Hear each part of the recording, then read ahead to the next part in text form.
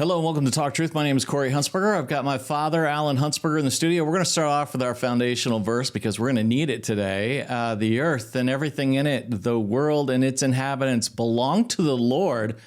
For he laid its foundation on the seas and established it on the river. Psalm 24, 1 and 2. Powerful verse. We absolutely mean it when we say it, and I'm pretty sure Scripture meant it too. And it's something that we have to constantly keep in our mind, right, Dad? Yeah, I mean, it says the world and its inhabitants belong to the Lord. So that means every life, born and unborn, belongs to him. Life is not ours to take. It's not ours to redefine. It's not ours to discard. Psalms 24 also says, who may ascend the mountain of the Lord? Who may stand in his holy place? The one who has clean hands and a pure heart. But as a nation, our hands are not clean. The sin of abortion has shed innocent blood, and it grieves the heart of God. And yet there is hope. 2 Chronicles gives us God's promise, if my people who are called by my name humble themselves, pray and seek my face and turn from their evil ways, then I will hear from heaven, forgive their sin and heal their land. This is our call today. Humble ourselves, confess the sin of abortion, pray for mothers and fathers, pray for every unborn child, seek God's face and turn from evil. He promises to hear, he promises to forgive, and he promises to heal our land. Let us choose life and honor the one to whom every life belongs to, and that's to the Creator, the Lord God Almighty, who we love. For those that are new watching the show, you're probably like, wow, that was pretty powerful at the very beginning. But Al and I are going through really what the Lord's put on our heart. We have to repent from our wicked ways. And I think a lot of people in Canada go, well, what's my wicked ways? You know, what are our wicked ways? Abortion is a big one. Yeah. Canada does not have a law that protects life, and that needs to change. Someone who's going to talk to us about it is Josie Luetke. She is the Director of Education and Advocacy for Campaign Life Coalition. She's with us today. Thank you so much for being here. It's my pleasure. Thank you so much for having us. Can you talk to us a little bit about you and what you do, and also Campaign Life Coalition? Certainly. So as you mentioned, I'm the Director of Education and Advocacy for Campaign Life Coalition. I serve on our Life Chain Canada and National March for Life organizing committees. In my day-to-day, I am educating the public. I'm educating pro-lifers on the position. And ultimately, we're looking to change the culture so that we can indeed change the law and we could have protection for all human beings from conception to natural death. And so Campaign Life Coalition is working on the municipal, provincial, and federal levels to elect pro-life politicians who have that on their heart to ensure that all human beings, all of God's children, are protected. So do you have a list, or are you making up a list of all politicians and where they stand on these issues? We do. So if you go to our website, campaignlifecoalition.com, you can just simply put in your postal code and you can find your local trustees, your mayor, your city councilor, your MP or your MPP or MLA, depending on what province you're in, and find out where they stand on life and family issues. And then every election, we are sending out questionnaires to candidates to find out whether or not they're supportable. And then when we do find someone who is a faithful Christian, who's pro-life and pro-family, then we encourage all of our supporters in the area to volunteer for them and to vote for them so that we get more of these godly people in office. Now, is this something that they do privately? Do any of them speak out? Because, we watch and we listen and we don't hear the conversation of abortion and defending the right to live. Is it mostly private, or do they speak out? Do you know? There are brave pro-life politicians in Canada. They are few and far between. You will hear some pro-life voices in Parliament. We have around 40 pro-life MPs currently. You will also find pro-life voices on the municipal level as well. Some people think, well, how does abortion come into the question of municipal politics? But questions like whether or not pro-abortion groups like Planned Parenthood receive funding, that can be relevant on a municipal level. Also, whether we're able to express ourselves as pro-lifers. Some municipalities are actually passing bylaws that restrict pro-life protests, the distribution of postcards with fetal imagery. So having pro-life politicians at the municipal level is also extremely important. So these politicians do exist. Again, if you go to our website, you can find out, because a lot of people might not even be aware where their city councilor or their mayor stands on these issues. Now, I know where I've been in this issue. I've been a pro-lifer, but I've been, part of the silent majority, what I would call a silent majority. I never made it an issue of who I voted for. I never basically said, anything about it. It was only when Corey and I started using this verse about 4 years ago in Psalm 24, where, the earth and everything in it, the world and its inhabitants belong to the Lord, that we began to realize, okay, then we found out that Canada doesn't have any law like North Korea about, abortion, none, zero. And so the question, comes up, why? Well, from my point of view, personally, is because I've been one of those silent people. I haven't spoken to a politician, say, you want my vote? You have to stand up for life. You have to stand up for the unborn. And if you're not prepared to stand up for the unborn or for life to, as you said, the old age, which is excellent in covering that, then you don't get my vote. And to say that, well, we're going to split a vote, we're going to vote for, some political party. Well, it's not a political party that's going to heal our land. The only one that I know that's promised that he is going to heal our land is the Lord God Almighty.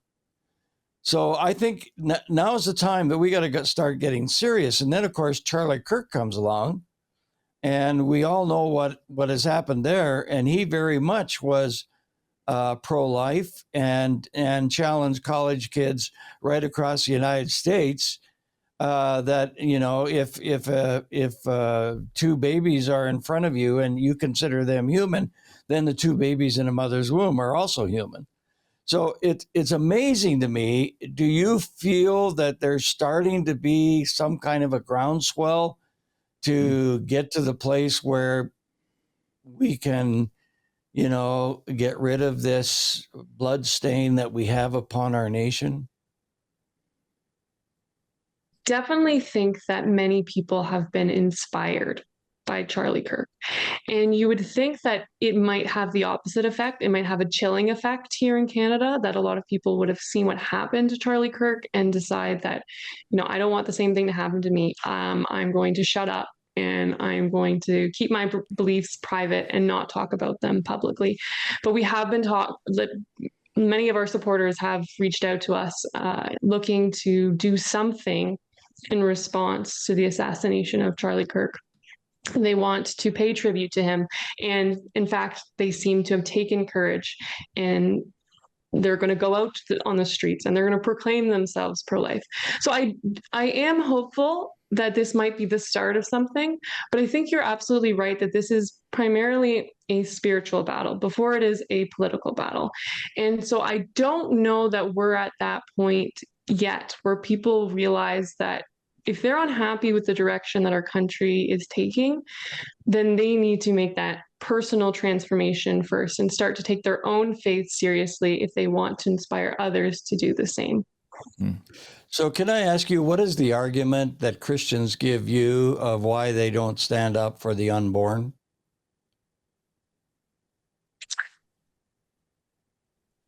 I think there's a sense of competing priorities. I think there's a lot of good deeds that Christians can do, feeding the hungry, sheltering the homeless. I think that this issue is just seen as more controversial. And so as long as we're doing other good works, then it's okay. But I think people fail to understand that this is a crisis. This is an emergency in our country. 100,000 innocent human beings are killed every year in Canada. And that demands our focus. We need to prioritize that. That doesn't mean you have to stop your other good works. By all means, continue to be charitable in other ways in your life. But I think we need to spend some time addressing this human rights injustice. And I do think that God is going to judge us for our inaction on it. So I think there is, again, that sense of it's not my individual personal responsibility to address this, especially when it is so controversial and taboo, particularly here in Canada. Can I ask one more question, Corey, and then I'll shut up? Sure. No, go for it. What is controversial about saving a life in a mother's womb?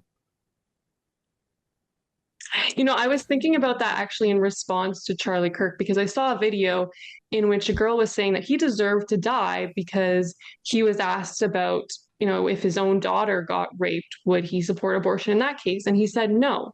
This girl in the video was saying he deserved to die for having a no exceptions position when it came to abortion. And I was reflecting on, you're completely opposed to killing in all circumstances, and so someone thinks you deserve to be killed over that. And it was bizarre to me. So you're right that what could be controversial about being opposed to killing innocent human beings? I think a key factor in this is that so many people have been impacted by abortion. There's one study that a third of women over 45 have had an abortion. So whether or not that's an accurate number, we all likely know someone, whether it's a sister, whether it's an aunt, who has had an abortion. Or maybe, they've driven someone to an abortion facility. And so I think because of the complicity, we want to make this issue seem, complex and nuanced, when at its heart, it really isn't that complicated. This is a question of whether or not it's okay to take innocent human life. And thankfully, I do know people who are post-abortive and they've received healing and they have mercy through Jesus Christ. So I think that's one of the things that we need to overcome, is realizing that we can reconcile this issue by turning to Jesus, by turning to our faith. Do you think a lot of politicians or people in key roles that can actually make change, with law, do you think they really don't know? And when I say that is I know Tanya Goff from Action for Canada.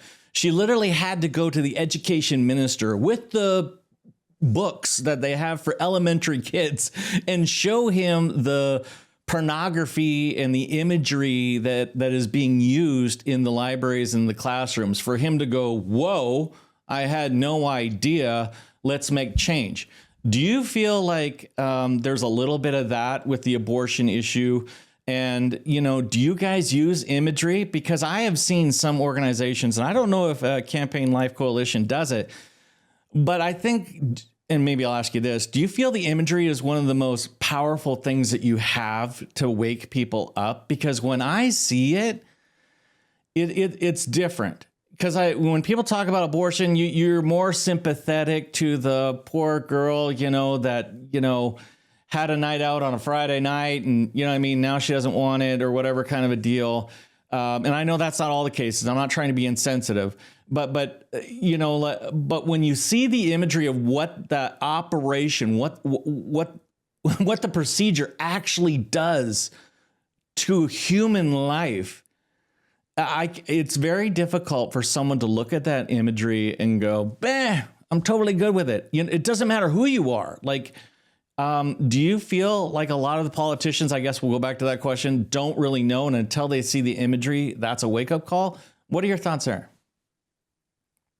Absolutely, our politicians are ignorant. A lot of them, especially if they're not on the federal level, a lot of them are unaware that we have zero protection for the preborn in Canada. That, as you mentioned, Canada is kind of an outlier compared to other countries that have some sort of protection for the preborn. So and then when they do know what the legal situation is, they don't necessarily realize what the implications of it might mean, that you can abort a baby girl just because she's a girl here in Canada. In fact, your tax dollars will pay for it. They don't realize that there are some people who will get late-term abortions, and they're not always for reasons of like the mother's health or something like that. So I think that one way to relieve politicians of their ignorance is by meeting with them, talking to them. And I do think that abortion victim photography is extremely powerful and useful. It's definitely really hard to look at. And I think there's definitely appropriate settings, and you have to be very sensitive when you do use it. But I think that with every human rights injustice in the past, exposing that injustice has been key to ending it. And abortion victim photography is very good with highlighting the humanity of the preborn, which many people want to deny, and the inhumanity of what is done to them through abortion. So we will do projects that use abortion victim photography, but we also do projects without abortion victim photography. So regardless of your viewers' personal opinion on that, there is some way for them to get involved in the pro-life movement that they're comfortable with. Yeah. Go ahead, Al. I think that, we're hitting the wrong issue. And the issue is not politicians. The issue is people. It's the people. A politician can't be a politician without people voting for him. Politician can't get into government unless the people vote for him. So it starts with the people. It doesn't start with the politician. The politician's going to not say anything about abortion because he's afraid that that's going to rock the boat and the false media is going to crucify him. That's basically what he says. But if all the people understood this really important issue and that God looks on it to us, if my people who are called by my name, and some people say, well, that means Israel. No, it means God's people. And that's what we are in 1 Peter chapter 2, verse 9. We are his possession. We are the holy nation. We are his people. If God's people, and I think that's the key. We have got to take responsibility and not push it off to politics. Yes, and I liked what you said earlier, Alan, about people choosing to vote pro-life. Because when you vote based on other issues, when you say, the next election, I'll consider what this politician's stance on abortion is, but this election, I need to prioritize, crime or like the environment or something like that. You're sending the message that a politician doesn't need to be pro-life to get their vote. They could actually support a human rights injustice. They could support killing innocent human beings, and that's still okay. We're willing to make that compromise if you consider other issues to be important. So I really do agree with you that it needs to be voters choosing to say, other issues are important too, and you can consider them in how you vote. But when it comes to killing innocent human beings, that's going to be a deal breaker for me. That's the first thing I think about when I go to the ballot box and I'm considering whose name to check off. Let's talk about the life chain that's happening on Sunday, October 5th. Will you explain this to us? How do people get involved? What is it? So Life Chain is a prayerful, peaceful, pro-life witness that takes place annually on the first Sunday of October. So that this year it's October 5th. It's taking place at approximately 350 locations across Canada. So there's likely a Life Chain near you. And this is a really easy way to get involved in pro-life activism. Even if you've never done something like this before, all you have to do is show up at one of these locations. A local organizer is there. They'll provide you a sign. The signs have messages like abortion kills children, abortion hurts women, Jesus forgives and heals. They're non-graphic. So all you have to do is hold a sign alongside other courageous Christians and pray for an end to abortion for the hour. So like I said, super simple, family friendly. And if you're looking to get involved in the pro-life movement, this is a great way to do that. Where do they go to learn about locations and where they can meet up?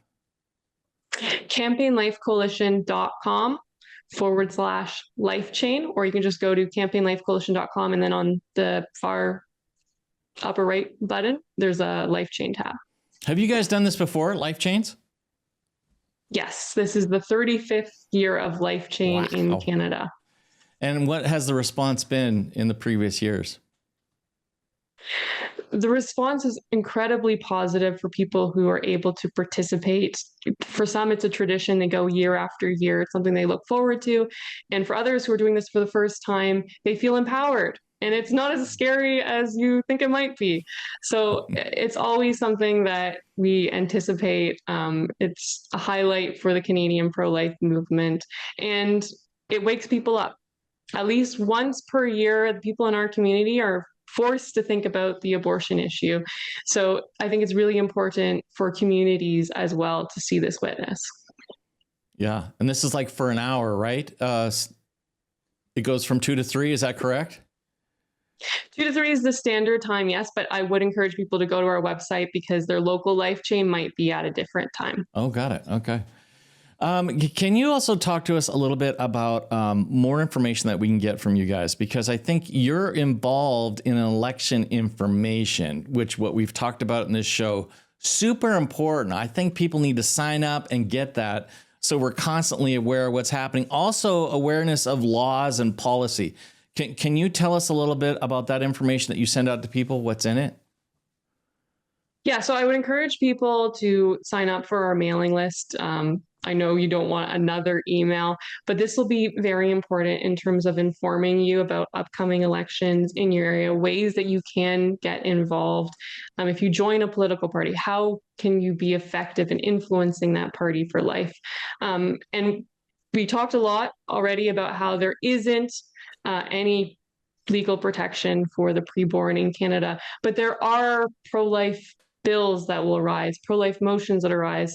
One very important one right now is Bill C-218. I'm not sure if you're aware, but come 2027, it will become possible for those who are mentally ill to be euthanized. And so this bill would seek to prevent that from happening. It won't end euthanasia altogether, which is our goal, but something like that is really important to protecting life on the other end of the spectrum. So even though I don't think that we're close to seeing an end to abortion in Canada, I think there's a lot more work that needs to be done. There are lots of things that can be done locally and even at the federal level where we can make gains for life. And so that's why it's important to stay informed on these issues. Mm. Do you feel the meter is moving in your favor and growing? I mean, are you sensing that? Because I know Alan and I have, there's years where you're every single day you show up to work and you're talking the same talking points and trying to explain and not a lot of actions happening. But recently, Alan and I are starting to see movement happen because this is a spiritual warfare and like God's doing things in the sidelines that we're not privy to. But we start to see things in our own organization of, okay, something's happening. We're seeing the meter move. People are starting to listen. Do you feel that's happening in your organization as well? I'm really inspired by what we see south of the border, and I hope it trickles over here in Canada. I think that we are at maybe a tipping point, and there are two paths before us. And I think a lot of people, again, are upset with what they see happening in Canada. I think the question is which way do we go in the future? And if people choose to, I think, reject what they're currently seeing, but they ultimately still want to go the secular route, then I don't think we're going to see lasting, meaningful change. I think the question is, are people going to embrace Christianity? And then we might see change for the better in our country. As an example, again, a lot of people are unhappy with Quebec, but what they seem to be doing there is considering banning public prayer. So I don't think that's the route forward, and I don't think trying to remove any signs of faith in the public sphere is going to solve the problems that they perceive. So I think that's really a question that I'd have to put to viewers and I have to put to the Canadian public is, are we going to return to our Christian roots here in Canada? And if not, then I don't see how things can get better. The answer is yes, yes, yes, yes, yes. We're going to return. Yes, yes, yes, yes. It's going to happen, Josie. So. I'm telling you, it's going to happen. Alan and I do this every single day. We've got, we reach across the nation. We're hearing back from hundreds of people monthly, and I really feel an awakening is happening. I think you're right. It's a lot slower than what's going on in the U.S. I mean, a lot slower. But I am seeing a turning. You know, people are turning back to God, which is exciting news. Thank you so much for being here on the show. We really appreciate you, and we'll definitely have you back. Thanks so much for having me. Well, powerful program. CampaignLifeCoalition.com is where you need to go and get involved in the, that life chain. Powerful, even if it's for an hour, standing on the side of the road, can be amazing. Alan, we're doing our Thanksgiving offering, and we are so grateful for our viewers. We're so grateful to the Lord for the ability to be able to speak this truth in the gospel across our nation. It is so desperately needed. Alan, we are the only show on television saying what we're saying, proclaiming the gospel, how we're proclaiming it through the filter of what's happening in culture and around the world. And we want it to continue, right? And we're looking for people that are grateful for what the Lord is doing in our nation, grateful for our ministry to talk truth, that you would consider giving a Thanksgiving offering during this Thanksgiving season. Alan, is there anything you want to say about that? We're on twice a day. Don't forget. Yes. We're on in the morning. Check your listing wherever you're living at. 7:30 Mountain Standard Time in the morning, 9:30 Eastern Time in the morning, and then 7:30 at night and 5:30 Mountain Time here in the West. Yeah, and I just want to say to our faithful givers, the people that have supported us, you guys did that to allow us to get the morning airtime and the evening key. And I'll tell you what's happening. We are realizing there are a ton of new people reaching out to us through letters or emails saying, I just found you. I just found out about your show. And a lot of it has to do with that morning airtime, Alan. It's so funny. You think like it's on twice. How can you not know it's there? They didn't know it was there. Now they know. That is because of you and your faithfulness. And because you guys reaching out to us and supporting the show, we're so grateful for you. We are so grateful for you. If you want to help support our mission, you can. You can go to our website, gotalktruth.com, click on donate, many different ways to give digitally. We don't accept government funds or special interest groups. It's only because of the generosity of you guys that we're able to continue to do what we're doing.